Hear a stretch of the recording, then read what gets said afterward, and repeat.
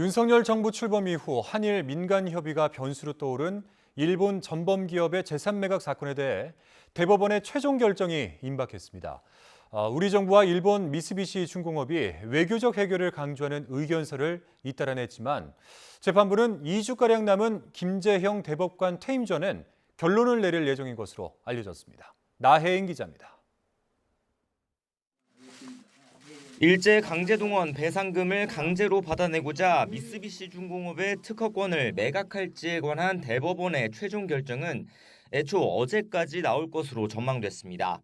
원심의 잘못이 없을 때 상세한 이유를 따로 밝히지 않고도 기각 판결이나 결정을 내릴 수 있는 심리불속행 기각 시한이 어제까지였기 때문입니다.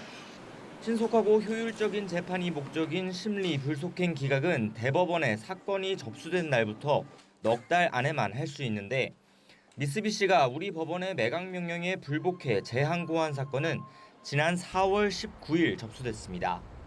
하지만 대법원은 이런 전망이 오해에서 비롯됐다는 입장입니다.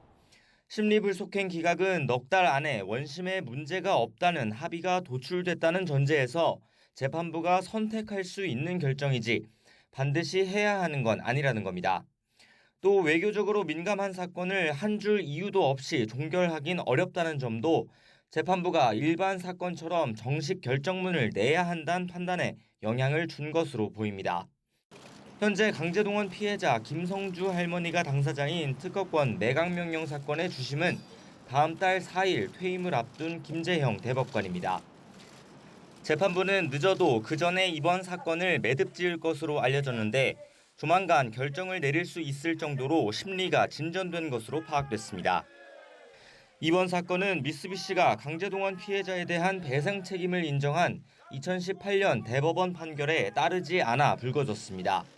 배상금 강제 집행을 위한 사실상 마지막 사법 절차인데 윤석열 정부 출범 직후 한일 간 외교적 협의가 논의되면서 대법원 결정에 관심이 쏠리고 있습니다.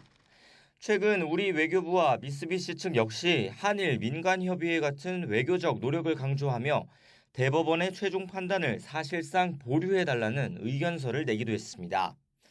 하지만 매각 명령에 앞서 미쓰비시 재산에 대한 압류 조처가 이미 지난해 대법원에서 확정됐다는 점에서 다른 결론이 나올 가능성은 작다는 전망이 지배적입니다. 이런 상황에서 박근혜 정부 때 강제동원 배상 소송을 두고 재판 거래 의혹으로 홍역을 치른 대법원으로선 더는 결정을 미룰 명분이 없다는 점도 부담입니다. 강제동원의 집행 절차를 지연시키려는 모습은 재판 거래의 피해자들인 강제동원 소송 원고들에게는 매우 충격적인 모습이었습니다. 이에 따라 미쓰비시 특허권 매각명령 사건에 이어 다른 강제동원 피해자 양금덕 할머니가 받아내고자 하는 상표권 현금화 사건 역시 쟁점이 비슷해 조만간 결론이 나올 것으로 보입니다. YTN 나인입니다.